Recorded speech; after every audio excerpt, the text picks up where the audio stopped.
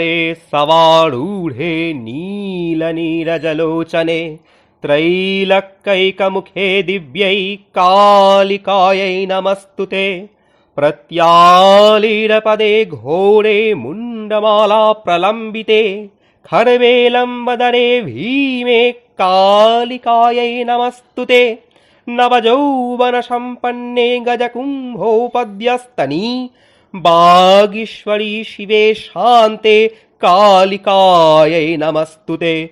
ललयूभे दुरारोहे नेत्रत्राय विभूषिते घोरो हर्षकरे देवी कालिकायै नमस्तुते। व्याघ्रोचरमाम्बरे धारे खड्गकर्तृधरे करे कपालेन्दीवरे वामे कालिकायै नमस्तुते। नीलोत्पलजटाभारे सिन्दूरेन्दुमुखद्वरे स्फारौ वक्रष्टदशने कालिकायै नमस्तुते।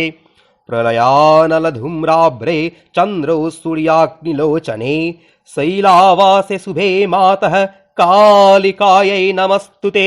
ब्रह्मोन्नक्तजलो घेतु शवमध्ये प्रसंस्थिते प्रेतकोटिसमायुक्तं कालिकायै नमस्तुते। कृपामयि हरे मातः सर्वाश परिपूरिते वरदे भोगदे मक्षे कालिकायै नमस्तुते। ॐ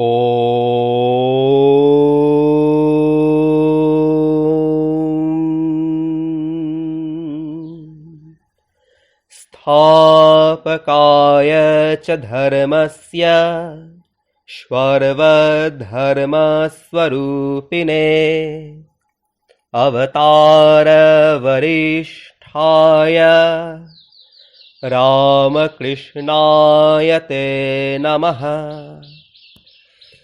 जननीं शारदां देवीं रामकृष्णं जगद्गुरुं पादपद्मे तयो श्रित्वा प्रणमामि मुहुर्मुहुः। नमः श्रीयतिराजाय विवेकानन्दसूरये सच्चिदसुखस्वरूपाय स्वामिने तापहारिणे। ॐ भगवते गुरुभे श्रीरामकृष्णाय ते नमः। ॐ भगवते गुरुभे श्रीरामकृष्णाय ते नमः। ॐ भगवते गुरुभे श्रीरामकृष्णाय ते नमः। সর্বধর্ম ও সর্বদেবদেবী স্বরূপ অবতার বরিষ্ঠ যুগাবতার শ্রী শ্রী রামকৃষ্ণ পরমহংসের চরণে শতকোটি প্রণাম নিবেদন করি। প্রণাম নিবেদন করি জগদম্বা স্বরূপিণী শ্রীমা ও বিশ্ববরেণ্য বিবেকানন্দের পাদপদ্মে। মঠের প্রধান পূজনীয় অধ্যক্ষ মহারাজ, সহ সংঘাধ্যক্ষ মহারাজ এবং সমস্ত সন্ন্যাসী সন্ন্যাসিনী, ব্রহ্মচারী ব্রহ্মচারিণী সকলকে ভুলণ্ঠিত প্রণাম।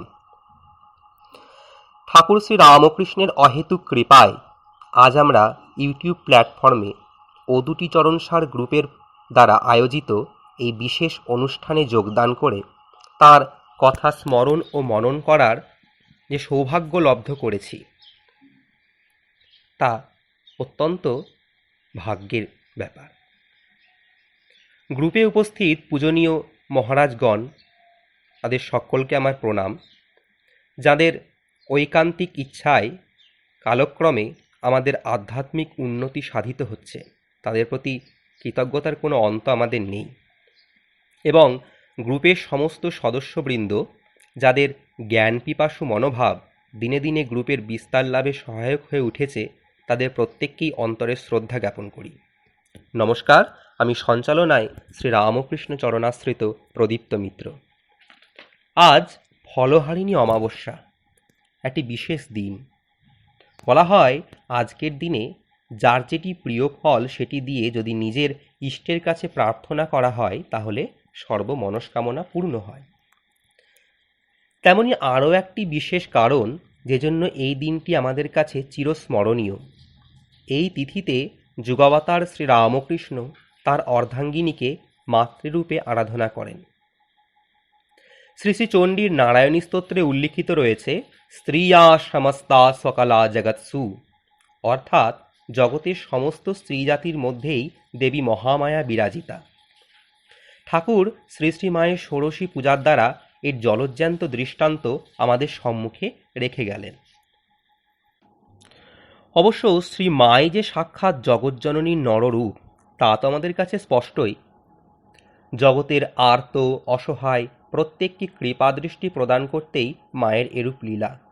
তাই তো পদকর্তা লিখেছেন, করুণা পাথার জননী আমার, এলে গো করুণা করিতে, তাপি তেরো তরে নরদেহ ধরে অশেষ যাতনা সহিতে।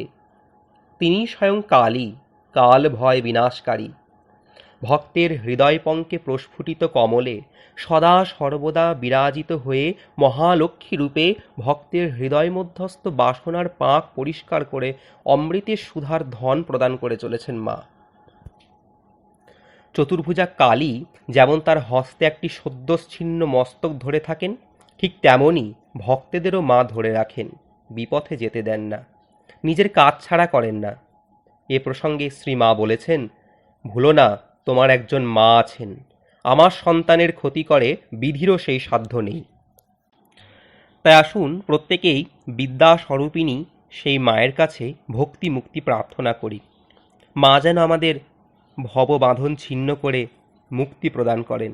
আসুন প্রত্যেকেই আমরা একত্রে বলি, সদানন্দময়ী দেবী ভক্তি মুক্তি প্রদায়িনী, তচ্চারু চরণে ভক্তি দেহি দীনং দয়াময়ী, তচ্চারু চরণে ভক্তি দেহি দীনং দয়াময়ী, তচ্চারু চরণে ভক্তি দেহি দীনং দয়াময়ী। আসুন এবার অনুষ্ঠানের শুভারম্ভ করা যাক। আমি আমন্ত্রণ জানাচ্ছি নরেন্দ্রপুর রামকৃষ্ণ মিশন থেকে স্বামী দিব্যব্রতানন্দজি মহারাজকে। সঙ্গীত পরিবেশন করে উনি অনুষ্ঠানের শুভারম্ভ করুন। প্রণাম মহারাজ।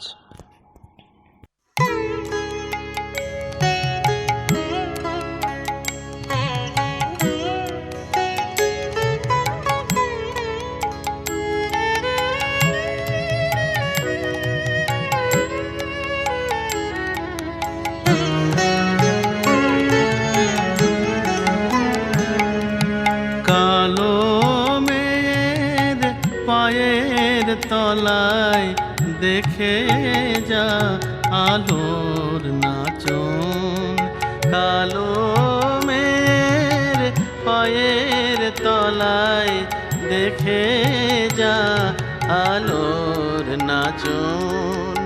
রূপ দেখে দে বুক পেতে শিব, মায়ের রূপ দেখে দে বুক পেতে শিব, যার হাতে মরণ বাচন দেখে যা আলোর নাচন। কালো মেয়ের পায়ের তলায় দেখে যা আলোর নাচন।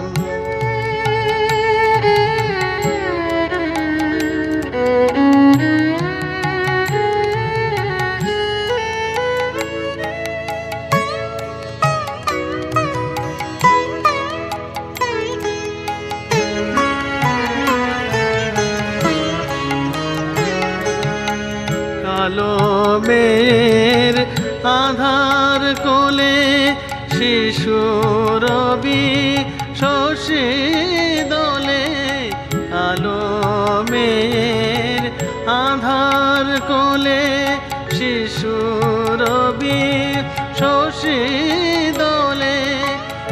একটুখানি রূপের ঝলক মায়ের, একটুখানি রূপের ঝলক, স্নিগ্ধ বিরাট নীল গগন দেখে যা আলোর নাচন।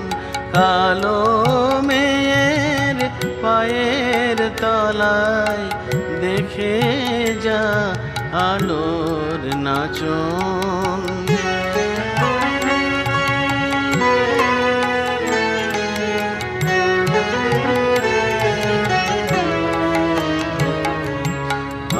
আগলে মেয়ে এলো কেশে নিষেধেনের দুলিয়ে কেশ নেচে বেড়ায় দিনের চিতায় লীলার যে তার নাই কোশেষ। পাগলি মেয়ে এলো কেশে নিষেধেনের দুলিয়ে কেশ নেচে বেড়ায় দিনের চিতায় লীলার যে তার নাই কোশেষ।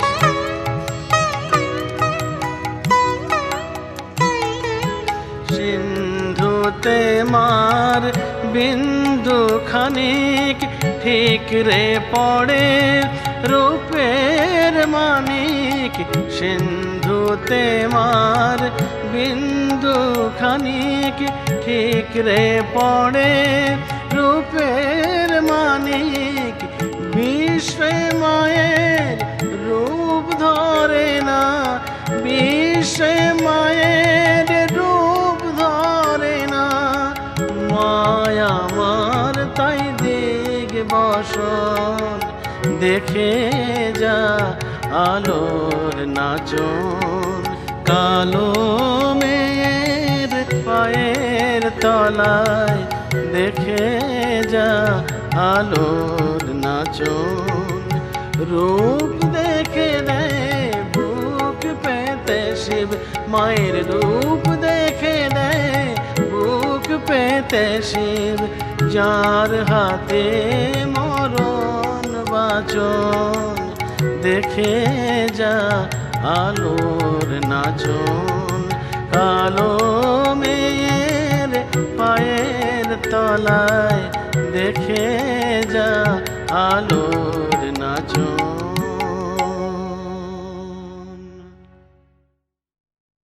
কালো মেয়ের আধার কোলে শিশু রবি শশী দোলে। আহা, কি অপূর্ব রচনা! মহাকাশের ওই বিশাল সূর্য, ওই চন্দ্র সকলই মায়ের শিশু, মায়ের কোলে তারা দুলছে। মায়ের এই বিশালাকার রূপ কি আর কোনো সাধারণ বস্ত্র দ্বারা আবৃত হয়? তাই তো মা আমার দিগম্বরী। অশেষ ধন্যবাদ জানাই মহারাজকে, তার মূল্যবান সময় দিয়ে যে মাতৃসঙ্গীত তিনি পরিবেশন করলেন তার কোনো তুলনাই চলে না। নজরুল রচিত এই সঙ্গীত আমাদের জানান দেয় যে মা আমাদের একার নয়, জাতি ধর্ম বর্ণ নির্বিশেষে মা সকলের, মা সবার। সে যে তোমার আমার মা শুধু নয়, জগতের মা সবাকার। আসুন আমরা প্রত্যেকেই যে যেখানে আছি সেখান থেকেই মানস প্রচারে মা জগদম্বাকে শ্রদ্ধার্ঘ্য নিবেদন করতে করতে আবারও সঙ্গীতের ভাবসাগরে ডুব দেই। এবারে মাতৃসঙ্গীত পরিবেশন করবেন বেলুড় মঠ থেকে স্বামী অনিমেষানন্দজি মহারাজ।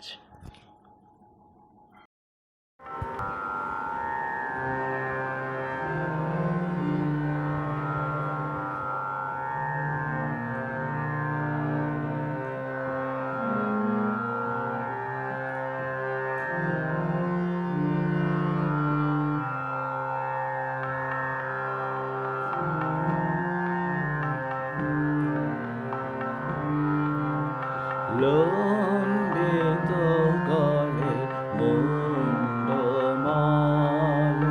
দম্ভিতা ধ্বনি মুখ করাল।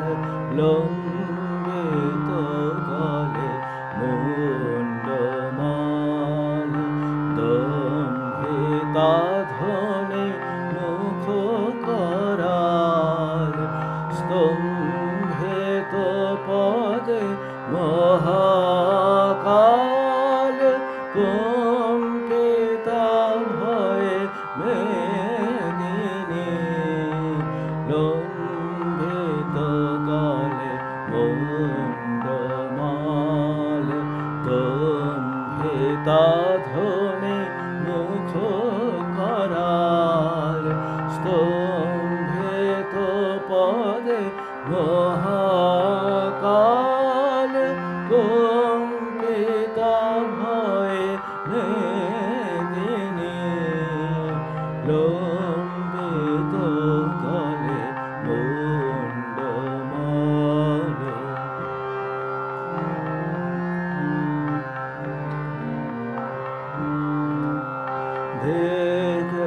দেখবাসনা চন্দ্রভাল এলায়ে পড়েছে কেশজাল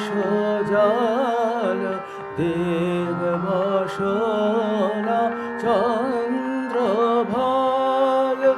এলায়ে পড়েছে কেশজাল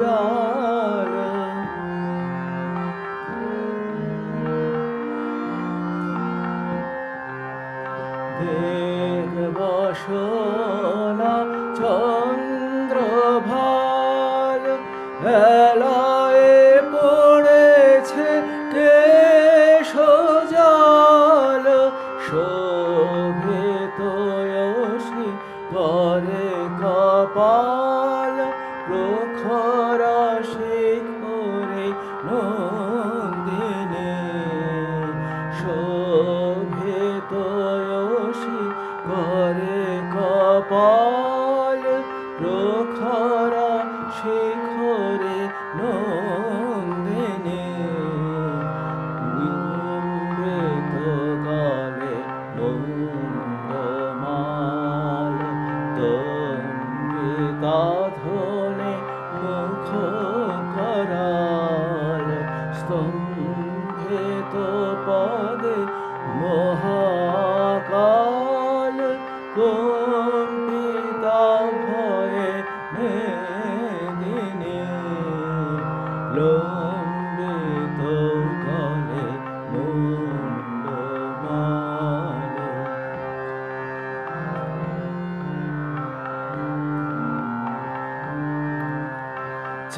চারিদিকে কত দিক পাল ভৈরবী শিবা তাল বেতাল চারিদিকে কত দিক পাল ভৈরবী শিবা তাল বেতাল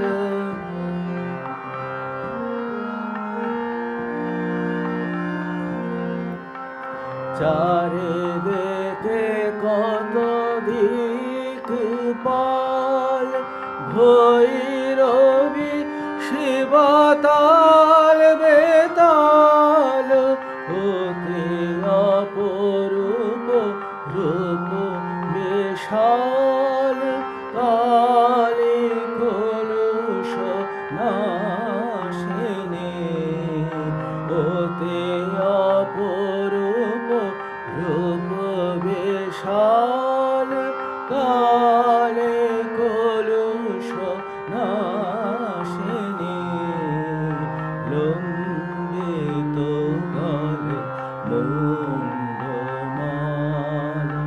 লম্বিতা ধনে মুখ করাল স্তম্ভিত পদে মহাকাল কম্পিতা ভয়ে মেদিনী লম্বিত গলে মুন্ডমাল লম্বিত গলে মুন্ডমাল লম্বিত গলে মুন্ডমাল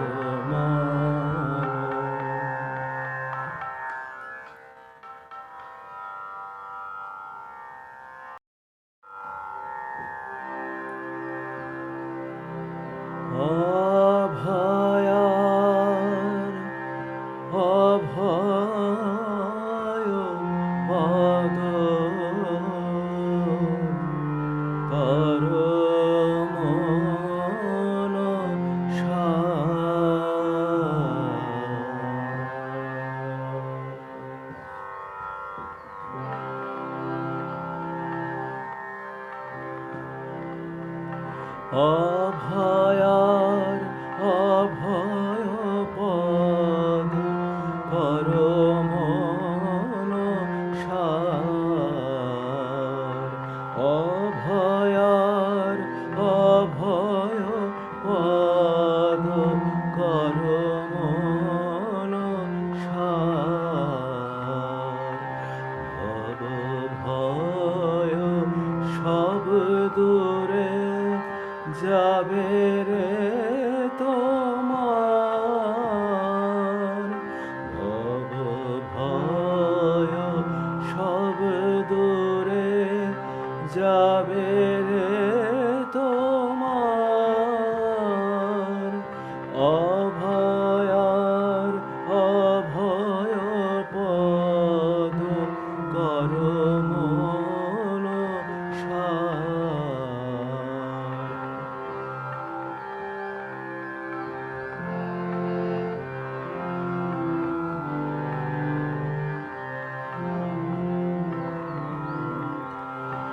অকর্ম জনিত ভয় যদি ভোগাধীন হয় অকর্ম জনিত ভয় যদি ভোগাধীন হয় ভয় হরা তারা নামে পাইবে নিস্তার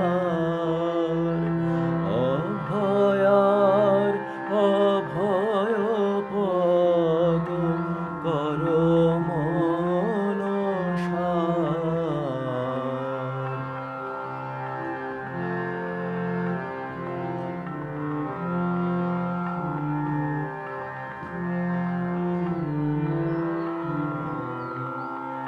ভ্রান্তি যুক্ত শ্রান্তিহীন হেলায় হারালে দিন এখনো কর বিধান মনরে আমার ভ্রান্তি যুক্ত শ্রান্তিহীন হেলায় হারালে দিন এখনো কর বিধান মনরে আমার আদিভূতা সনাতনী চরণ কররে ধ্যান আদিভূতা সনাতনী চরণ কররে ধ্যান না হইও অকিঞ্চন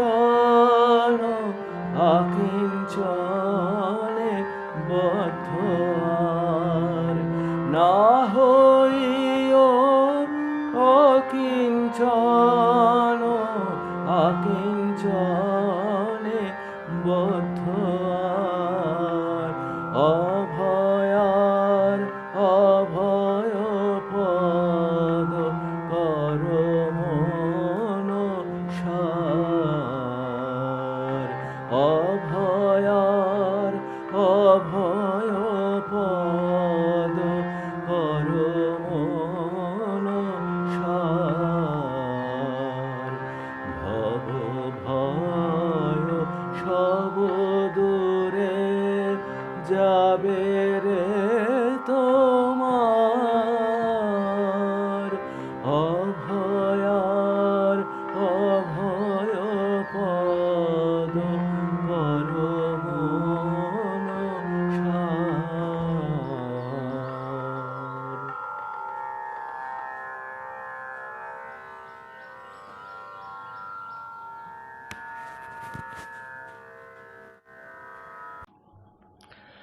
মহারাজ যে দুটি মাতৃসঙ্গীত উপহারস্বরূপ আমাদেরকে দিলেন তার জন্য ধন্যবাদ জানানোর কোনো ভাষা সত্যি নেই। অনেক অনেক প্রণাম মহারাজ। শাস্ত্রে বলে বলিপ্রিয়ার সাদা দন্ত হল শুদ্ধ তত্ত্ব ধর্মতত্ত্বের প্রতীক, আর জিহ্বা হল লালসার। নারায়ণী তার দন্ত দ্বারা জিহ্বাটিকে চেপে রেখে আমাদের সকলের প্রতি এটাই ইঙ্গিত দিচ্ছেন, ওরে তোরা তোদের বাসনার গতিকে থামা, আর বাড়তে দিস না। ধর্মের সাথে যুক্ত থেকে মোহকে ত্যাগ কর। মায়ের প্রধান তিনটি বস্তু, তা হল অসি, খটাঙ্গ আর পাশ। সর্বপ্রথম অসির আঘাতে মা মোহমায়া ছিন্ন করেন, তারপর খটাঙ্গ ও পাশের মাধ্যমে সাধককে সংসারের পাঁক থেকে তুলে আনেন। তাই শক্তির পূজা আমাদের অত্যন্ত প্রয়োজন। স্বামীজি বলতেন, শক্তির পূজা ছাড়া ঘোড়ার ডিম হবে। তাই চলুন এগিয়ে যাই। এবার আমন্ত্রণ জানাচ্ছি স্বামী সৎকৃতানন্দজি মহারাজকে। শ্রী শ্রী ষোড়শী পূজামূলক তাঁর অমূল্য বক্তব্য আমাদের সামনে তিনি তুলে ধরবেন। প্রণাম মহারাজ। অখণ্ড অবিভক্ত ভারতবর্ষ। বিন্ধ্য পর্বতকে যদি সেই অবিভক্ত ভারতের কেন্দ্রবিন্দু বলে আমরা ধরি, তাহলে সেই বিন্ধ্য পর্বত হতে দক্ষিণে সমুদ্র ভাগ পর্যন্ত অংশ, সেটিকে বলা হয় অশ্বক্রান্তা। বিন্ধ্য পর্বতের পশ্চিম দিক, সেটি রথক্রান্তা, এবং বিন্ধ্যের পূর্বের অংশ বিষ্ণুক্রান্তা নামে পরিচিত।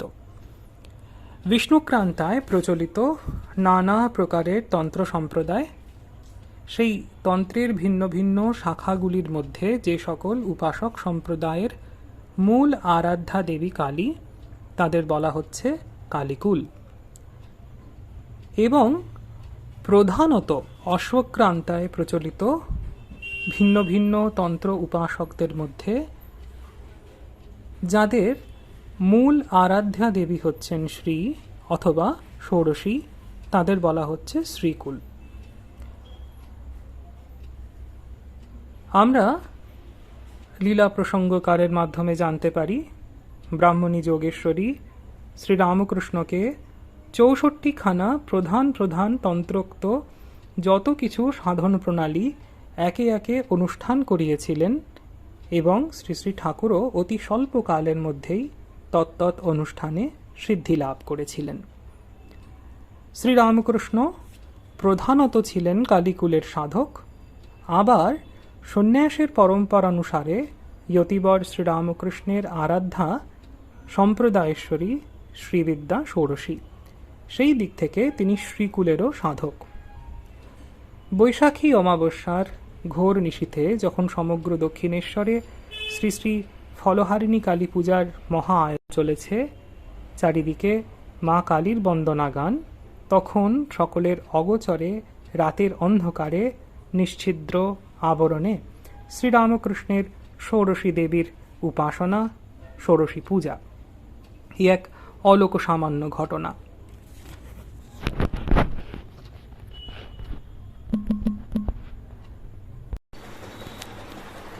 আমাদের এই বঙ্গদেশে দেবী ষোড়শী,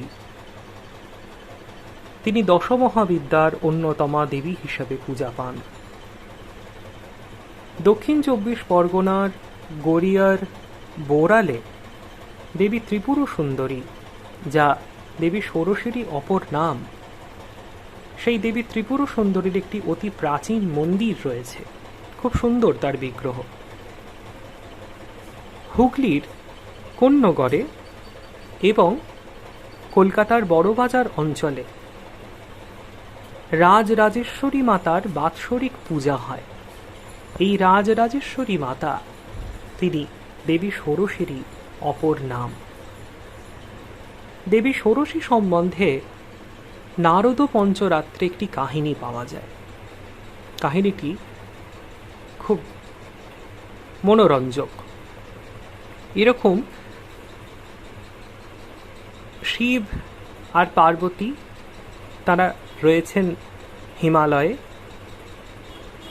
এখন শিবকে দেখতে এসেছেন অপ্সরারা, দেবাঙ্গনা, তারা দেখতে এসেছেন শিবকে।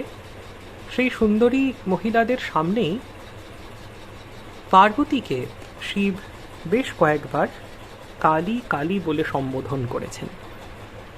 পার্বতী এতে ভেতরে ভেতরে শিবের ওপর রেগে গেলেন। তিনি ভাবলেন যে তার গাত্রবর্ণ মলিন বলে শিব তাকে পরিহাস করছেন। এটি ভেবে সেই অপ্সরারা যখন চলে গেলেন, তারপরও দেবীও হিমালয়কে ত্যাগ করে, হিমালয়ে সেই কৈলাস শিখর ত্যাগ করে অন্তর্হিতা হচ্ছেন। কেন না, তিনি ভাবলেন তার গাত্রবর্ণ নিয়ে যখন শিব পরিহাস করছেন, এই কৃষ্ণা পার্বতী সেই কৃষ্ণ গাত্রবর্ণ সেটি পরিত্যাগ করে গৌরী হবেন, এরকম নারদ পঞ্চরাত্র বলছেন। তিনি তপস্যা করছেন, দীর্ঘদিন হয়ে গেছে, কৈলাসে শিব একা। নারদ তিনি এবার রঙ্গমঞ্চে উত্তীর্ণ হলেন। তিনি দেখলেন কৈলাসে শিব একা রয়েছেন, দেবীকে ফেরাতে হবে। দেবীকে গিয়ে প্রথমে তিনি অনুনয় বিনয় ইত্যাদি করলেন, তারপর তার সেই অমোঘ নারদীয় কৌশল সেটি তিনি সেখানে প্রয়োগ করলেন। তিনি দেবীকে বললেন, শিবকে দেখে এলাম কৈলাসে যে তিনি কিন্তু ভালোই আছেন, এমন কি আপনি যে ছেড়ে এসেছেন শিবকে, সে ব্যাপারে কোনো তাকে বিব্রত হতে তো দেখলামই না। উপরন্তু এরকম ব্যাপার যে তিনি নাকি দ্বিতীয় বিবাহের জন্য প্রস্তুত হচ্ছেন। এটি শুনে দেবী তৎক্ষণাৎ তপস্যা সেখানেই অসমাপ্ত রেখে চললেন শিবের সঙ্গে বোঝাপড়া করার জন্য। যখন এসেছেন শিবের কাছে, দেখছেন শিবের হৃদয়ে এক অতীব সুন্দরী রমণীর প্রতিচ্ছবি। তিনি দেখেই ভাবলেন তাহলে তো নারদ ঠিক বলেছে। তখন তিনি ক্ষিপ্ত হয়ে শিবকে নানা রকমভাবে বকতে লাগলেন। শিব কিন্তু অচঞ্চল স্থিরভাবে শুনছেন। দেবীর বলা সমাপ্ত হলে তখন শিব বললেন যে, দেবী তুমি জ্ঞান ও দৃষ্টি সহায় দেখো, আমার হৃদয়ে এই যে অপরূপা মূর্তিটি, এটি অন্য কারো নয়, এটি তোমার মূর্তি। সেই যে গাত্রবর্ণ মলিন থেকে উজ্জ্বল হবে বলে তুমি তপস্যা করতে গিয়েছ, সে তপস্যা কবেই পূর্ণ হয়ে গিয়েছে, তুমি জানতেও পারো। এই যে আজকে নতুন করে তুমি এসেছো, এই অপূর্ব একটি ভুবন মোহিনী রূপে তোমার আগমন হয়েছে এবং ত্রিজগতে এই রূপের জুড়ি মেলা ভার। অলোক সামান্য এই রূপ, শিব বললেন, এটি ত্রিপুর সুন্দরী বলে খ্যাত হবে এবং যেহেতু ষোড়শ বর্ষিয়া পূর্ণ যৌবনের এই রূপ, সেটি খ্যাত হবে ষোড়শী বলে। এটি শিব বলছেন। यस्मात् त्रिभुवने रूपं श्रेष्ठं कृतवती शिवे, तस्मात् स्वर्गे च मर्ते च पाताले अन्यत्र पार्वती, सुन्दरी पंचमी श्री च ख्याता त्रिपुरसुन्दरी, सदा षोडशवर्षीया विख्याता षोडशी ततः। ষোড়শী দেবী সম্বন্ধে অপর একটি বর্ণনা আমরা পাই ব্রহ্মাণ্ড পুরাণের উত্তরকাণ্ডে।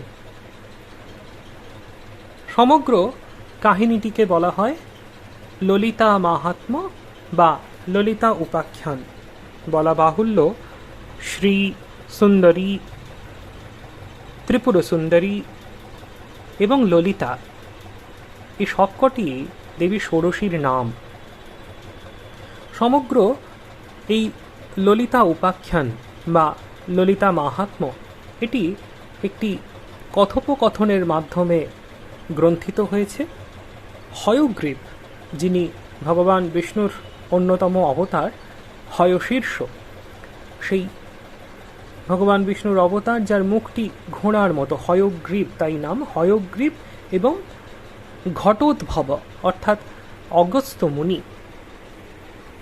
সেই অগস্ত্য মুনির সঙ্গে হয়গ্রীবের কথোপকথন। হয়গ্রীব বলছেন এবং অগস্ত্য তিনি হয়গ্রীবের মাধ্যমে সেই তথ্য লাভ করছেন, সেই জ্ঞানে সমৃদ্ধ হচ্ছেন। এই কাহিনীতে আমরা দেখতে পাই এক দারুণ অসুরের উৎপাত অসুরের নামটি ভণ্ডাসুর। সেই ভণ্ডাসুরের কাছে ত্রিলোকের যত শক্তি সকলে পরাজিত হয়েছে। এরকম বলা হয়েছে যেন ভণ্ডাসুর সকলের শক্তিকে গ্রাস করে নিচ্ছে। সবাই তার কাছে পরাজিত এবং হীনবল হয়ে পড়ছে। ভণ্ডাসুরের সামনে কেউ আর সবল নয়, ভণ্ডাসুরকে পরাস্ত করতে কেউ পারছে না, সবাই তার কাছে দুর্বল হয়ে গিয়েছে। এইরকম যখন অবস্থা, তখন হতোদ্যম দেবতারা সবাই মিলে ভগবান শিবের কাছে উপস্থিত হলেন এবং শিব এক অদ্ভুত যজ্ঞের বিধান দিলেন, মহা এক যজ্ঞ। সেই যজ্ঞের সবথেকে বিশেষ অংশ হচ্ছে তাতে আত্মাহুতি দিতে হবে। সেই যজ্ঞ সম্পন্ন হচ্ছে এবং আমরা দেখতে পাই অদ্ভুত একটি ব্যাপার, যেরকম মার্কণ্ডেয় পুরাণ অন্তর্গত দেবী মাহাত্ম্যে যেমন দেখা যায়, সকল দেবতারা নিজের নিজের তেজ অংশ সেটি প্রদান করে দেবী দুর্গাকে আবাহন করলেন, দেবী দুর্গাকে সৃষ্টি করলেন, যেন সৃষ্টি করলেন। এখানে তারই যেন অনুরণন দেখতে পাই আরো বিশদে। সব দেবতারা সেই অগ্নিকুণ্ডে যখন চরম আহুতির মুহূর্তটি আসছে, পূর্ণাহুতি যখন দিতে হচ্ছে, তখন সকলে সেই অগ্নিকুণ্ডে আত্মাহুতি দিচ্ছেন এবং সকলের আত্মাহুতি অবসানে সেই চিদগ্নিকুণ্ড হতে দেবীর আবির্ভাব হচ্ছে। মহাদেবী, ত্রিপুরা সুন্দরী, ষোড়শী দেবী, তার আবির্ভাব হচ্ছে যেন জগতের কল্যাণের জন্য বৃহৎ একটি আত্মত্যাগ, এবং সেই বৃহৎ আত্মত্যাগের মাধ্যমে যেন এক মহাকল্যাণময়ী দেবীর আবির্ভাব হচ্ছে। সেই ষোড়শী দেবী, তার আবির্ভাব হলো এবং তার থেকে আবার ব্রহ্মাণ্ড পুরাণ বলছেন তার থেকে আবার সৃষ্টি হলো। তিনি আস্তে আস্তে, যেমন মার্কণ্ডেয় পুরাণে আমরা বর্ণনা পাচ্ছি অমুক দেবতার অংশ হতে দেবীর অমুক অঙ্গ সৃষ্টি হলো ইত্যাদি, এখানে যেন ঠিক তার তৎ বিপরীত বর্ণনা হচ্ছে। দেবীর অঙ্গ হতে যেন অন্যান্য যে দেবদেবীগণ তারা সৃষ্টি হলেন। এমনকি শিব স্বয়ং, মহাদেবী, তিনি তাঁর থেকেই ভৈরব, শিব, কামেশ্বরকে সৃষ্টি করলেন। অপরাপর ইন্দ্র, চন্দ্র, ব্রহ্মা যারা যারা ছিলেন সবাই তার দেবীর শ্রীঅঙ্গ হতে উৎপত্তি হলেন। এমনকি 64 যোগিনী পর্যন্ত দেবী সৃষ্টি করলেন। সমস্ত দেবদেবী দেবীর অঙ্গ হতে যেন তারা সৃষ্টি লাভ করলেন। সেই পরব্রহ্মস্বরূপিণী দেবীর, তাঁর থেকে সবাই যেন সৃষ্ট হচ্ছেন। এরপরে দেখা যায় দেবীর যুদ্ধযাত্রা, দেবী মাতঙ্গী দেবীকে নিয়ে, বারাহী দেবীকে নিয়ে, অন্যান্য 64 যোগিনী এবং অপরাপর বিভিন্ন শক্তি সেনা নিয়ে, তিনি বিভিন্ন দেবীদের সমন্বয়ে গঠিত এই শক্তি সেনা, বিরাট এক সৈন্যবাহিনী নিয়ে তিনি অগ্রসর হচ্ছেন এই ভণ্ডাসুরকে পরাস্ত করার জন্য, যাকে কেউ যুদ্ধে জয় করতে পারছে না, সবাই যার কাছে হীনবল হয়ে যাচ্ছে। এরকম বলছেন ভণ্ডাসুর যেন এরকম বর চেয়েছিল ব্রহ্মার কাছে, যে তার সাথে লড়তে আসবে তার শক্তিটা সে গ্রাস করবে। তাই কি হচ্ছে, যারাই তার সঙ্গে লড়তে আসছেন সবাই রণাঙ্গনে গিয়ে হতোদ্যম হয়ে পড়ছেন এবং তার শক্তিটা যেন ভণ্ডাসুরের কাছে চলে যাচ্ছে এরকম। তাই এমন একটি উৎস, স্বয়ং যিনি সর্বশক্তিময়ী তিনি এসেছেন যুদ্ধ করতে ভণ্ডাসুরের সঙ্গে, এবং দেখা যায় অনেক যুদ্ধের পরে সেই মহাসমরে সমস্ত দৈত্য সৈন্য সমেত ভণ্ডাসুর দেবী ষোড়শী ত্রিপুর সুন্দরীর হাতে প্রাণ হারাচ্ছেন। তারপরে ব্রহ্মা, বিষ্ণু, ইন্দ্র, অপরাপর দেবদেবীগণ সেই মহাদেবীকে স্তুতি করছেন। নারদ পঞ্চরাত্রিতে দেবী ষোড়শীকে নিয়ে যে আখ্যায়িকাটি বর্ণিত হয়েছে তার মধ্যে গূঢ় একটি ইঙ্গিত রয়েছে। সেই যে বলা হলো পার্বতী তাকে শিব যখন বললেন, কালী কালী করে বলে সম্বোধন করছেন অপ্সরাদের সামনে, দেবী নিজের গাত্র বর্ণের জন্য লজ্জা পেলেন এবং পরবর্তীকালে তিনি ষোড়শী মূর্তিতে আবির্ভূতা হলেন। এই আখ্যায়িকাটির মধ্যে যে নিগূঢ় তত্ত্ব পরিবেশিত হয়েছে সেটি হচ্ছে দেবী পার্বতী বা দেবী দুর্গা, দেবী কালী এবং দেবী ষোড়শী আদতে অভিন্না। দেবী ষোড়শীর রূপ বর্ণনা ধ্যান মন্ত্রে বর্ণিত হয়েছে। অসাধারণ সেই অলৌকিক সৌন্দর্য প্রতিমা। এই ধ্যান মন্ত্রের মধ্যে আমরা দেখতে পাই দেবীর রূপ সৌন্দর্য যেমন বর্ণিত হয়েছে, তার প্রভাব বা প্রতিপত্তি সেটিও সেখানে বর্ণিত। বলা হচ্ছে ব্রহ্মা, রুদ্র, বিষ্ণু, ঈশ এবং সদাশিব, এই পঞ্চপ্রেত তার অর্থাৎ দেবী ষোড়শীর বসবার আসন তৈরি করেছেন। তার রত্নসিংহাসনের যেন এরা হচ্ছেন অংশ। তাই দেবীকে বলা হচ্ছে পঞ্চপ্রেতাসিনা। পঞ্চপ্রেতের যে আসন, সেই পঞ্চপ্রেতের আসনে তিনি অধিষ্ঠিতা, তাই পঞ্চপ্রেতাসিনা বা পঞ্চপ্রেতাসনা। এই পঞ্চপ্রেতের যে রত্নসিংহাসন বা মঞ্চ, তার উপরে নিষ্ক্রিয় ভাবে রয়েছেন পরম শিব বা কামেশ্বর শিব। কামেশ্বর শিবের উপরে দেবী ত্রিপুর সুন্দরী বা দেবী ষোড়শী, তিনি ললিতা আসনে, মতান্তরে স্বস্তিক আসনে উপবিষ্টা। বলা হচ্ছে চতুর্ভুজে চন্দ্রকলাবতংশে কুচোন্নতে কুঙ্কুমরাগ শোণে পুণ্ড্রিক্ষু পাশাঙ্কুশ পুষ্পবাণ হস্তে নমস্তে জগদেক মাতঃ। সমস্ত জগতের সেই পরম জননীকে প্রণাম করছি, যার মাথায় মুকুটে চন্দ্রকলা শোভা পাচ্ছে, যার গাত্রবর্ণ কুমকুমের মতো অরুণ লাল। দেবীর গাত্রবর্ণের কথা বারবার বলা হয়েছে। সেই গাত্রবর্ণ শত শত উদীয়মান সূর্যের মতন প্রভাবিশিষ্ট, অরুণ রাগময়, লাল রং। বলা হচ্ছে জবা পুষ্প নিভা কান্তি, জবা ফুলের মতন লাল। জবা ফুল যেরকম লাল হয়, যেন ততোধিক লাল। দেবী ত্রিনয়নী, তার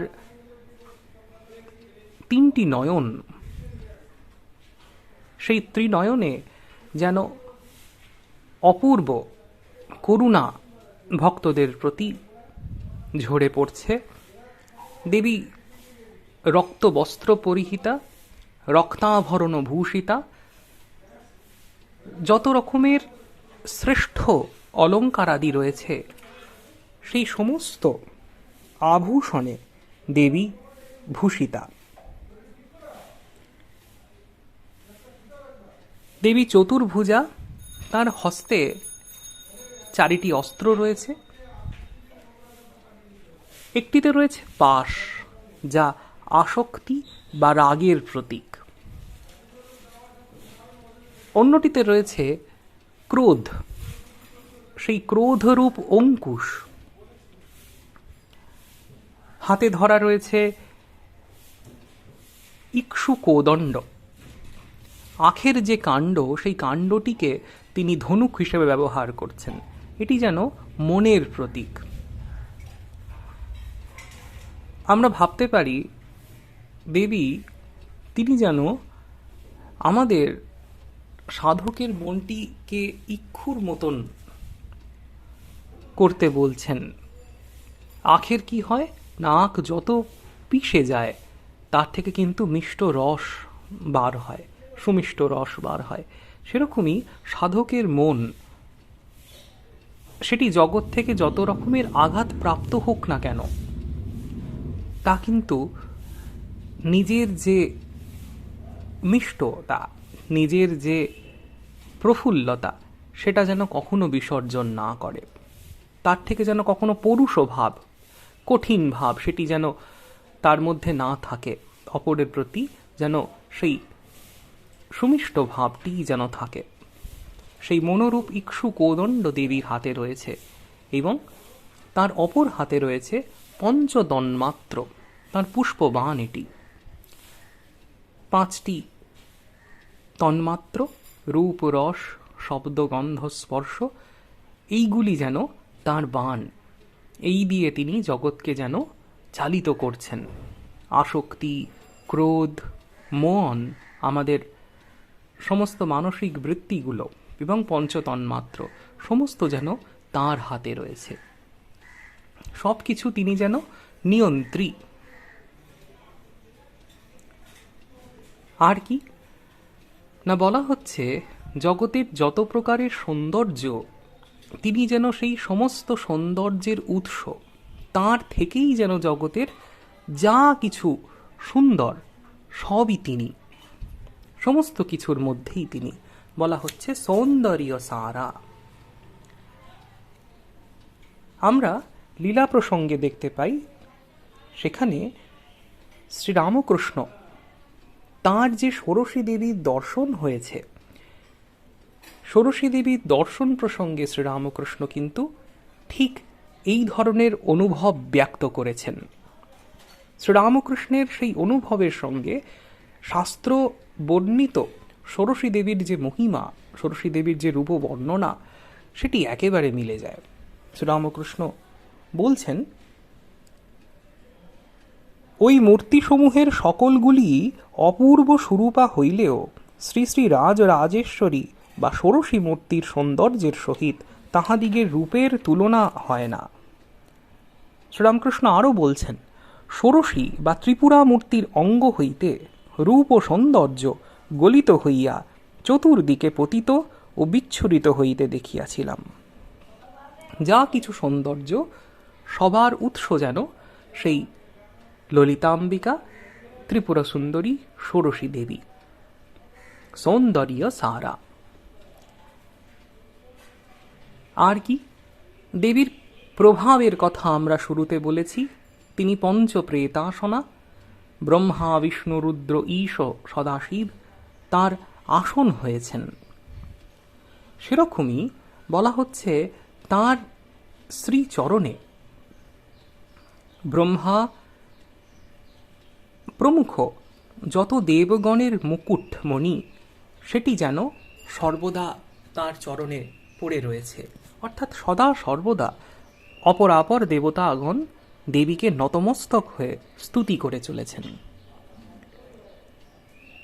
দেবীর এমন প্রভাব, তার কাছে অপরাপর যত দেবতা রয়েছেন সবাই যেন নিষ্প্রভ হয়ে গিয়েছেন।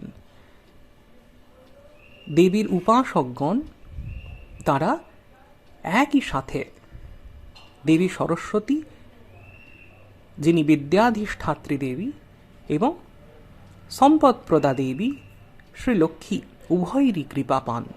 সেটি বোঝানোর জন্য বলা হচ্ছে দেবীকে সদা সর্বদা লক্ষ্মী এবং সরস্বতী যেন চামর হাতে বিজন করেন। তাঁর দুপাশে দাঁড়িয়ে শ্রী এবং বাণী দুজনেই যেন দেবীকে চামর করছেন, চামর বিজন করছেন, হাওয়া করছেন চামর দিয়ে। এই রকম তাঁর মহিমা। সমগ্র দেবতারা তাঁর আরতি করছেন, লক্ষ্মী এবং সরস্বতী তাঁকে চামর বিজন করছেন। দেবীর রূপ বর্ণনা করতে গিয়ে খুব সুন্দরভাবে বলা হয়েছে। দেবীর চতুর্ভুজের কথা আমরা আগেই বলেছি, 4টি হস্ত এবং 4টি হস্তে তিনি পাশাঙ্কুশ, ইক্ষুকোদণ্ড আর সেই 5টি তন্মাত্র রূপ ফুলের স্বর সেটি ধরে আছেন। বলা হচ্ছে কোনো হাতেই তো বড় মুদ্রা বা অভয় মুদ্রা সেটি দেখা গেল না। কেন দেখা গেল না? না, অন্যান্য দেবতাদের মধ্যে বড় মুদ্রা, অভয় মুদ্রা তারা হাতে ধারণ করেন ভক্তদের অভয় দেওয়ার জন্য, ভক্তদের অভীষ্ট পূরণের জন্য। কিন্তু বলছেন যে এই যে ললিতাম্বিকা ত্রিপুরা সুন্দরী দেবী, তার ক্ষেত্রে এগুলোর কোনো প্রয়োজনই হয় না। তার শ্রীচরণের যে রজ, তার শ্রীপাদপদ্মের যে ধূলিকণা, সেটি এতটাই মঙ্গলপ্রদ, এতটাই অভীষ্টপ্রদ যে ভক্তগণের সমস্ত কিছু যা বাধা স্বরূপ সেগুলি দূরীভূত হয় তাঁর কৃপায়, এবং ভক্তদের যা কিছু অভীষ্ট সেটি পূরণ হয় তাঁর সেই পদধূলিকণার প্রভাবে। তাঁর শ্রীপাদ পদ্মের পদরজ তার এবং প্রকার প্রভাব।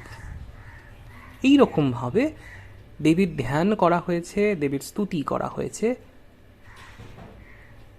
সেটি আমরা দেখতে পাই। দেবী তিনি যদিও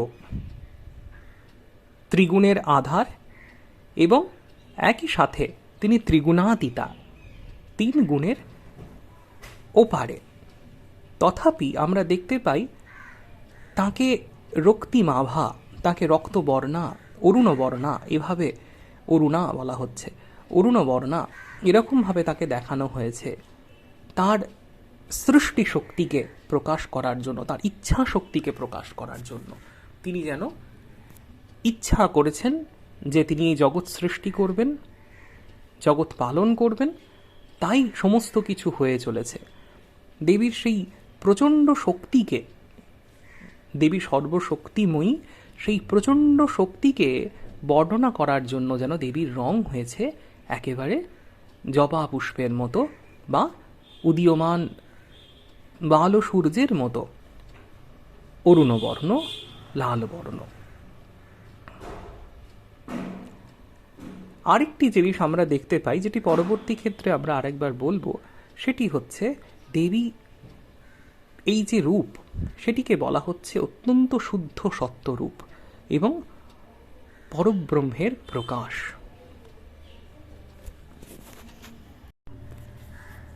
এরপর আমরা সেই বিশেষ দিনটির কথা স্মরণ করব, যেদিন শ্রীরামকৃষ্ণ সহধর্মিণী সারদা দেবীকে জগন্মাতা শ্রী শ্রী ষোড়শী জ্ঞানে পূজা করলেন। শ্রী শ্রী মায়ের জীবনীকার শ্রীমৎ স্বামী গম্ভীরানন্দজির বই থেকে আমরা পাই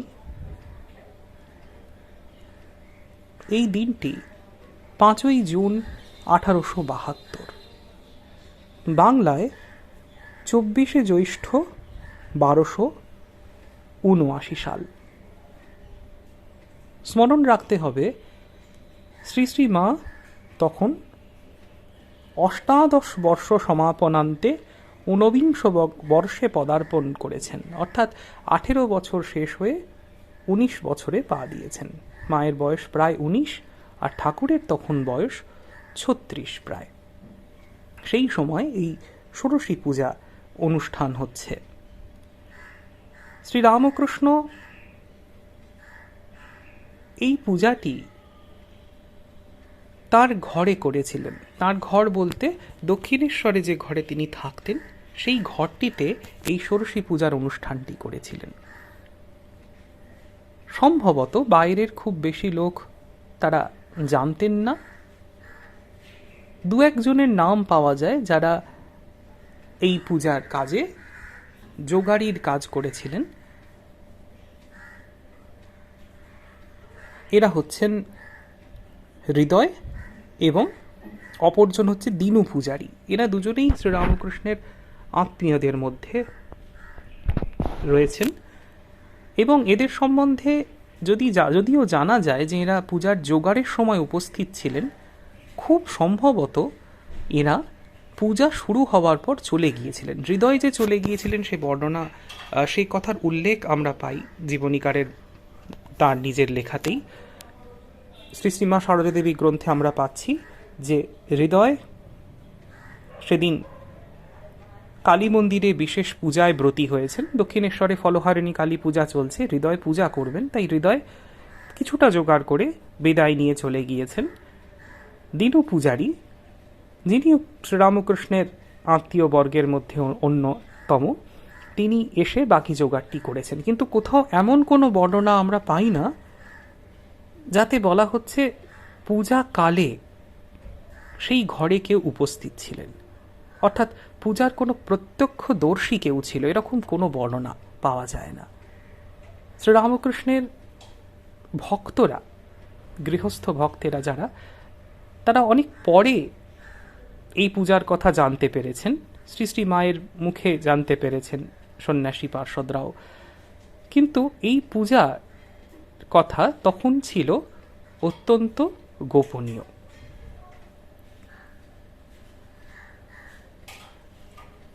আমরা জীবনী গ্রন্থ থেকে এটি জানতে পারি, পূজার জোগাড় করতে করতে, আয়োজন করতে করতে প্রায় রাত্রি 9টা বেজে গিয়েছিল।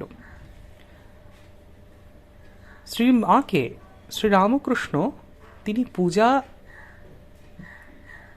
দেখার জন্য, মানে পূজার সময় উপস্থিত থাকবার জন্য তিনি আগেই বলে রেখেছিলেন। এখানে আমরা ঠিক বুঝতে পারি না শ্রী শ্রী মা পূর্ব হতেই এটি জানতেন কিনা যে তাকে সেদিন শ্রীরামকৃষ্ণ তাঁর পতিদেব দেবী জ্ঞানে পূজা করতে চলেছেন।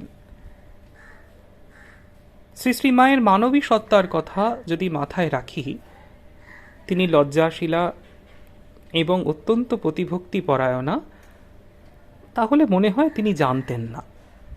আর শ্রী শ্রী মায়ের সেই দেবী সত্তার কথা যদি স্মরণ করি, তাহলে অবশ্যই তিনি জানতেন। যাই হোক, আমরা এই মুহূর্তে সেই দিনের বর্ণনায় ফিরে আসছি। শ্রী শ্রী মা ঠাকুরের আদেশ অনুসারে সেই রাত্রে ঠাকুরের ঘরে এসে উপস্থিত হয়েছেন। শ্রীরামকৃষ্ণ সর্বশাস্ত্রবিদ, সর্বতন্ত্রবিদ, তিনি বসেছেন পূজার আসনে। যথাবিধি পূজার যে প্রারম্ভিক ক্রিয়া সকল, সেগুলো তিনি করে চলেছেন এবং সে এক অদ্ভুত পরিবেশ। শ্রীরামকৃষ্ণ পূজা করছেন, দেখছেন শ্রী শ্রী মা। কিছুক্ষণের মধ্যেই শ্রী শ্রী মা অর্ধবাহ্য দশায় চলে গেলেন, অর্থাৎ বাইরে কি হচ্ছে না হচ্ছে সে সম্বন্ধে যেন খুব বেশি হুঁশ তার রইল না, অর্ধবাহ্য দশা। এদিকে শ্রীরামকৃষ্ণ পূজার প্রারম্ভিক ক্রিয়া সকল শেষ করে দেবীর জন্য যে সংরক্ষিত আসন ছিল, বলা হচ্ছে আলিম্বন শোভিত একটি পীঠ বা চৌকি কাঠের, সেইটিতে শ্রী শ্রী মা সারদা দেবীকে বসতে ইঙ্গিত করছেন এবং শ্রী শ্রী মাও যন্ত্রচালিতবৎ, আগেই বলা হয়েছে অর্ধবাহ্য দশা, তিনি কি করছেন সে সম্বন্ধে তার কোনো হুঁশ তখন নেই। সেই দিব্য পরিবেশে যন্ত্রচালিতবৎ বা মন্ত্রমুগ্ধবৎ তিনি গিয়ে দেবীর আসনে বসলেন। শ্রীরামকৃষ্ণ বারংবার পবিত্র কলসির জলে তাঁকে অভিষিক্ত করলেন। তারপর আমরা জীবনী গ্রন্থ থেকে একটু পড়ছি। তারপর তাহাকে মন্ত্র শ্রবণ করাইয়া প্রার্থনা মন্ত্র উচ্চারণ করিলেন। হে বালে, হে সর্বশক্তির অধীশ্বরী মাত ত্রিপুর সুন্দরী, সিদ্ধিদ্বার উন্মুক্ত করো। ইহার শ্রী শ্রী মায়ের শরীর মনকে পবিত্র করিয়া ইহাতে আবির্ভূতা হইয়া সর্বকল্যাণ সাধন করো। এই প্রার্থনা মন্ত্র জৃম্ভিত যুগ ঈশ্বর শ্রীরামকৃষ্ণ তিনি উচ্চারণ করলেন। এর সঙ্গে সঙ্গে দক্ষ পূজারীর ন্যায় তিনি শ্রী শ্রী মায়ের সেই মানবী বিগ্রহে যথাবিধি দেবীর মন্ত্র সকলের বিন্যাস করলেন। তারপরে দেবী স্বয়ং শ্রী শ্রী মায়ের সেই পূত শরীরে আবির্ভূতা হয়েছেন এটি জেনে, বা অন্যভাবে বললে শ্রী শ্রী মাকে সাক্ষাৎ সেই ষোড়শী দেবী, ত্রিপুরা সুন্দরী দেবী, এই জ্ঞানে তাকে ষোড়শ উপচারে পূজা করলেন।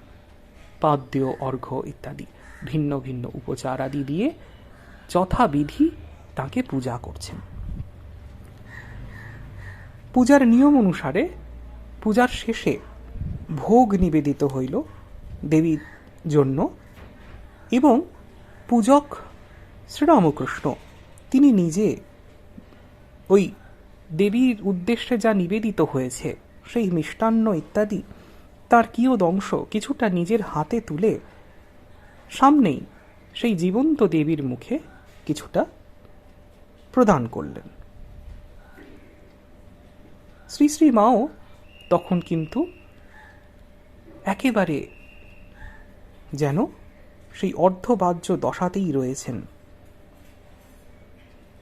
জীবনীকার বলছেন, দেখিতে দেখিতে বাহ্য জ্ঞান শূন্যা শ্রীমা সমাধিস্থ হইলেন, আর ঠাকুরও অর্ধবাহ্য দশায় মন্ত্রোচ্চারণ করিতে করিতে সমাধি রাজ্যে চলিয়া গেলেন। এক অদ্ভুত পূজা। সাধারণ যে পূজা, সেই পূজাতে পূজ্য দেবতা এবং পূজক, পূজারী যিনি, তাঁদের একত্ব, সেটিই হচ্ছে পূজার বিষয়।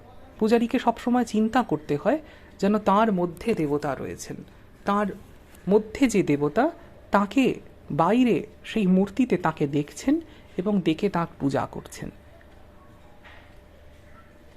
পূজার সেটিই হচ্ছে মূল ভাব, যেন যে দেবতা অন্তরে, সেই দেবতাই বাইরে বিকশিত হয়ে রয়েছেন, পরিব্যাপ্ত হয়ে রয়েছেন, তাকেই পূজা। পূজার মাধ্যমে কি হবে না, পূজারী বা পূজক তিনি সেই পূজ্যের সঙ্গে যেন এক হয়ে যাচ্ছেন। এখানে আমরা দেখতে পাই এই দিব্য পূজাতে সেইটিই যেন সমাধিত হচ্ছে, সেটিই যেন ঘটছে। এখানে আমরা দেখতে পাই দুজনেই সমাধিস্থ, পূজক এবং পূজ্য বা পূজ্যা যে দেবী, উভয়ই সমাধিস্থ। সকলে যেন সেই একই সঙ্গে ভগবৎ সত্তায় মিলে গিয়েছেন। দেবী মধ্যে যেন আজ সকলে মিশে গিয়েছেন। ঠাকুর, মা উভয়ই যেন জগন্মাতার মধ্যে একেবারে মিশে গিয়েছেন। জীবনীকারও একথার উল্লেখ করছেন, বলছেন, সে ভূমিতে আত্মসংস্থ পূজক ও পূজিতা আত্মস্বরূপে পূর্ণভাবে একীভূত হইলেন। এই প্রকারে দীর্ঘকাল কাটিয়া গেল। যখন মধ্যরাত বহুক্ষণ অতীত হইয়াছে, তখন আত্মারাম ঠাকুরের ব্যুত্থানের কিছু কিছু লক্ষণ দেখা দিল। পূজার অঙ্গ হিসেবে যেন এখানে আমরা দেখতে পাই শ্রীরামকৃষ্ণ তিনি এবার আস্তে আস্তে যখন অর্ধবাহ্য দশায় ফিরে আসছেন, তিনি দেবীকে আত্মনিবেদন করছেন এবং সে আত্মনিবেদনের সঙ্গে সঙ্গে এতদিনের নিজের যত প্রকার সাধনার ফল, জপের মালা প্রভৃতি সমস্ত কিছু যেন একসাথে দেবী ষোড়শীর চরণে, দেবী শারদার চরণে যেন সমর্পণ করে দিচ্ছেন। জীবনীকার লিখছেন, নিজ সাধনার ফল এবং জপের মালা প্রভৃতি সর্বস্ব দেবীর শ্রীচরণে চিরকালের জন্য বিসর্জন দিয়া মন্ত্রোচ্চারণ করিতে করিতে তাহাকে প্রণাম করিলেন। হে সর্বমঙ্গলের মঙ্গল স্বরূপে, হে সর্বকর্ম নিষ্পন্নকারিণী, হে শরণদায়িনী ত্রিনয়নী শিবগেহিনী গৌরী, হে নারায়ণী, তোমাকে প্রণাম করি। এইভাবে মূর্তিমতী বিদ্যারূপিণী মানবীর দেহাবলম্বনে ঈশ্বরীর উপাসনাপূর্বক ঠাকুরের সাধনার পরিসমাপ্তি হইল। শ্রী শ্রী ষোড়শী দেবীর একটি স্তবে বলা হচ্ছে, সর্বমন্ত্রাত্মিকে সর্বতন্ত্রাত্মিকে সর্বযন্ত্রাত্মিকে জগন্মাতৃকে। শ্রী শ্রী ষোড়শী দেবীর পূজা আরাধনা অতি সুপ্রাচীন কাল থেকেই ভারতবর্ষে প্রচলিত ছিল। এমনকি অনেক মনীষী এবং বিখ্যাত আচার্য তাঁদেরও উপাস্যা ছিলেন দেবী ষোড়শী বা শ্রী। আচার্য শঙ্করের জীবন থেকে আমরা জানতে পারি, আচার্য শ্রীযন্ত্র প্রতিষ্ঠা করে দেবী ষোড়শীর আরাধনা করেছিলেন। আজও শৃঙ্গেরির শঙ্কর মঠে এই শ্রীযন্ত্র প্রতিষ্ঠিত। একটি প্রবন্ধে মহামহোপাধ্যায় গোপীনাথ কবিরাজ মহাশয় লিখছেন, কোট, মহাপ্রভু চৈতন্যদেব প্রবর্তিত সম্প্রদায়গত সিদ্ধান্তের মূলেও এই সাধনার অর্থাৎ শ্রীবিদ্যা সাধনা বা দেবী ষোড়শীর সাধনার প্রভাব স্পষ্টত অথবা কোনো কোনো ক্ষেত্রে অর্ধপ্রচ্ছন্নভাবে পরিলক্ষিত হয়। মহাপ্রভু শ্রীচৈতন্যের নিত্যসঙ্গী নিত্যানন্দ মহাপ্রভু শ্রীবিদ্যার উপাসক ছিলেন, একথা সর্ববাদী সম্মত। আনকোট। শ্রী তোতাপুরীর নিকট থেকে ভগবান শ্রীরামকৃষ্ণ সন্ন্যাস দীক্ষা পেলেন। তোতাপুরীজি তিনি আচার্য শঙ্করের প্রবর্তিত দশনামী সম্প্রদায়ের অন্তর্গত ছিলেন, পুরী সম্প্রদায়ের। এই পুরী সম্প্রদায়ের যিনি আরাধ্যা দেবী, উপাস্যা দেবী, তার নাম কাঞ্চী কামাক্ষী, অর্থাৎ কাঞ্চীপুরাধিষ্ঠিতা দেবী কামাক্ষী। এই দেবী কামাক্ষী দেবী ষোড়শী ত্রিপুর সুন্দরীরই অপর নাম। ষোড়শী পূজার সেই রাত্রে শ্রীরামকৃষ্ণ সম্প্রদায় অধীশ্বরী সেই দেবীকে শ্রী শ্রী মায়ের মানবী প্রতীকে উপাসনা করলেন। লীলা প্রসঙ্গকার বলছেন, এই ষোড়শী পূজা যেন শ্রীরামকৃষ্ণের সাধন যজ্ঞের পূর্ণাহুতি। সাধন যজ্ঞ সম্পূর্ণ হল এই ষোড়শী পূজার মাধ্যমে। এরপর থেকে আমরা দেখতে পাই শ্রীরামকৃষ্ণ তিনি আচার্যানা মহাচার্য রূপে, লোকগুরু রূপে, ধর্ম সংস্থাপক রূপে এগিয়ে চলেছেন। সেই দিন রাত্রে এই মহাপূজার পর থেকে ঠাকুর ও ঠাকুরানীর, শ্রীরামকৃষ্ণ এবং মা শারদার যুগপৎভাবে যেন নবযুগ ধর্মের ধর্ম সংস্থাপন লীলা শুরু হল। আরেকটি জিনিস উল্লেখযোগ্য, আমরা শরৎকালীন বার্ষিক পূজার সময় যেমন মা দুর্গার মাটির মূর্তি তৈরি করে মা দুর্গার পূজা করি, ষোড়শী দেবীর ক্ষেত্রে মূর্তি পূজার ঠিক এরকম প্রচলন খুবই অর্বাচীন। যেটি সমধিক প্রসিদ্ধ সেটি হল যন্ত্রের মাধ্যমে দেবীর উপাসনা, মন্ত্রের মাধ্যমে দেবীর উপাসনা। দেবীর একাধিক বিখ্যাত মন্ত্র রয়েছে এবং দেবীর যে যন্ত্র সেটি অসাধারণ, তার মহিমা, একে শ্রীযন্ত্র বলা হয়। এইগুলির মাধ্যমে দেবীর উপাসনা অতি প্রাচীনকাল হতে চলে আসছে। শ্রীরামকৃষ্ণ শুদ্ধ সত্যময়ী একটি মানবী প্রতীকে দেবীর উপাসনা করলেন। দেবী ষোড়শী তাঁর যে রূপকল্পনা আমরা একটু আগে আলোচনা করে এসেছি, সেই যে রূপ, তার সম্বন্ধে বলা হয়েছে সেটি যেন জমাট বাঁধা শুদ্ধ সত্যের ঘনীভূত মূর্তি। ঘি জমাট বেঁধে যেমন, ঠিক সেরকম যেন শুদ্ধ সত্য জমাট বেঁধে রয়েছে যে আকারে, সেটি দেবী ষোড়শী।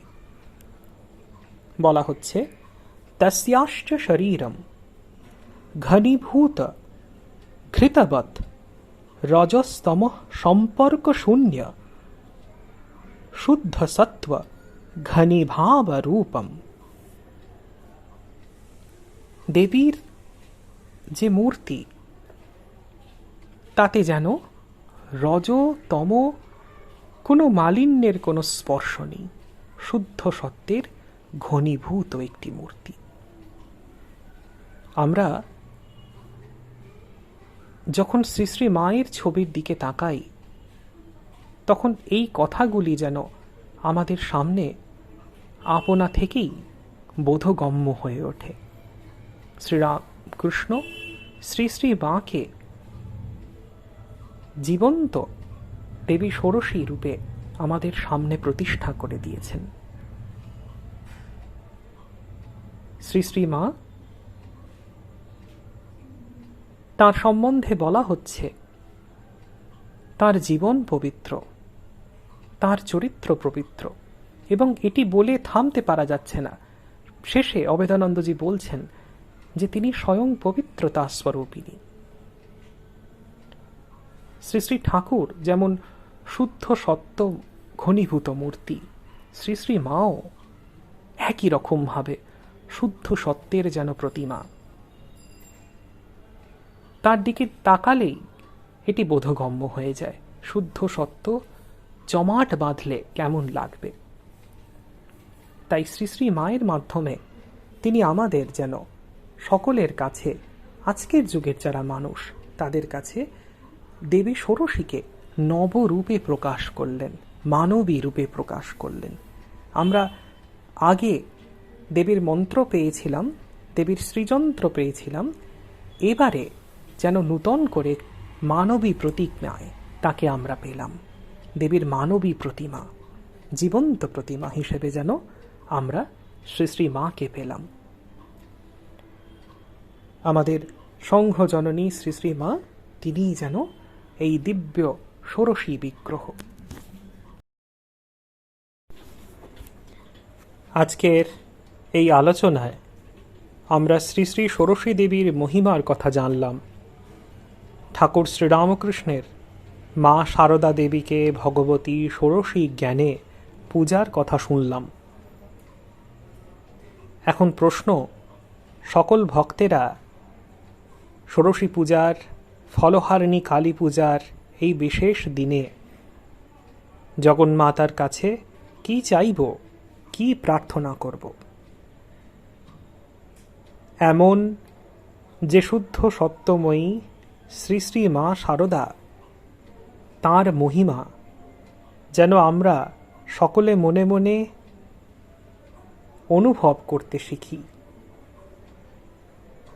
আমাদের জীবনটিকে যেন শ্রী শ্রী মায়ের শ্রীচরণে সমর্পণ করতে শিখি। শ্রী শ্রী মায়েরই কৃপায় আমরা যেন এই বুদ্ধিতে দৃঢ় প্রতিষ্ঠিত হই যে শ্রী শ্রী মা সাক্ষাৎ জগতের ঈশ্বরী, জগদম্বা, সত্য জননী। তিনি যে সদা সর্বদা নানাভাবে সকল ভক্তকে কৃপা করছেন, করে চলেছেন, তা আমরা সকলেই যেন এই জীবনেই উপলব্ধি করতে পারি। আজকের ষোড়শী পূজার এই শুভক্ষণে আমরা শ্রী শ্রী মার কাছে এটাই চাইব, এটাই প্রার্থনা করব। চতুর্ভুজে চন্দ্রকলাবতংসে কুচোন্নতে কুঙ্কুমরাগশোণে পুণ্ড্রিক্ষুপাশাঙ্কুশপুষ্পবাণহস্তে নমস্তে জগদেকমাতঃ। অসংখ্য ধন্যবাদ জানাই মহারাজকে। আমাদের সকলের পক্ষ থেকে প্রণাম গ্রহণ করবেন মহারাজ। আর ভবিষ্যতে এরূপ অনেক অমৃতময় বক্তব্যই আপনার কাছ থেকে পাবার আরও আশা রইল। আমরা অনুষ্ঠানের একেবারে অন্তিম পর্যায়ে এসে দাঁড়িয়েছি, কিন্তু শ্যামা সঙ্গীত শোনার আশায় মন এখনও তৃষ্ণার্ত। আর সেই তৃষ্ণা নিবৃত্তি ঘটাতে আরও একবার আমন্ত্রণ জানাচ্ছি স্বামী দিব্যাব্রতানন্দজি মহারাজকে। আজ মহারাজের গানের মাধ্যমে অনুষ্ঠানের শুভারম্ভ হয়েছে, আর অনুষ্ঠানের সমাপ্তি মহারাজের গানের দ্বারাই সম্পন্ন হোক। প্রণাম মহারাজ।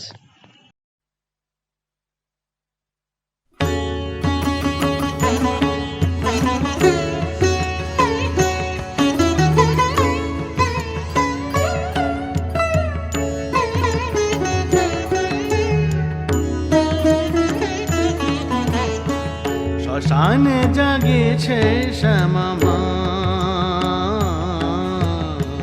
শ্মশানে জাগিছে শ্যামা মা, শ্মশানে জাগিছে শ্যামা মা।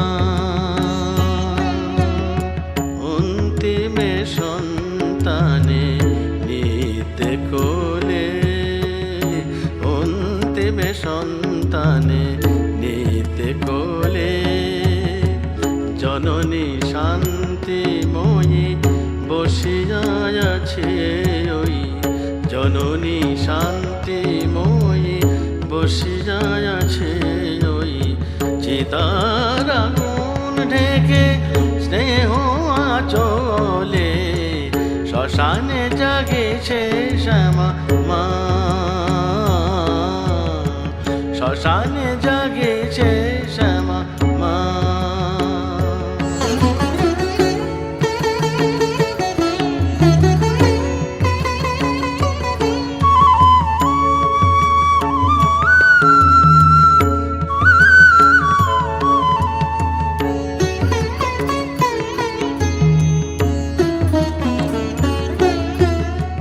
সন্তানে দিতে কোল ছাড়ি সুখ কইলা,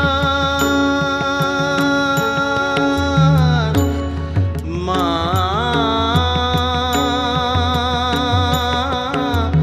মা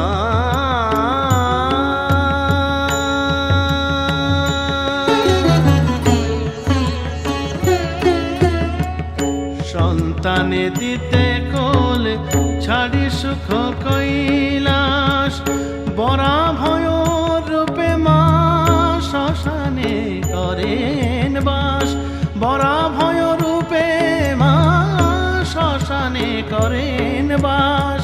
কি ভয় শ্মশানে অন্তিমে যেখানে, কি ভয় শ্মশানে অন্তিমে যেখানে, ঘুমাবি জননীর চরণ তলে, ঘুমাবি জননীর চরণ তলে, শ্মশানে জাগিছে শ্যামা মা,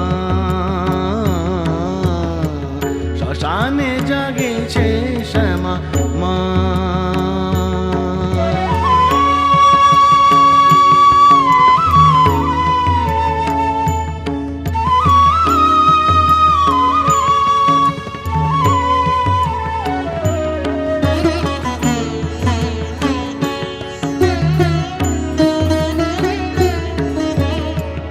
জ্বলিয়া মরে লেকে সংসারে জ্বালায়, অহারে ডাকিছে মা কোলে আয় কোলে আয়, জ্বলিয়া মরে লেকে সংসারে জ্বালায়, তাহারে ডাকিছে মা কোলে আয় কোলে আয়,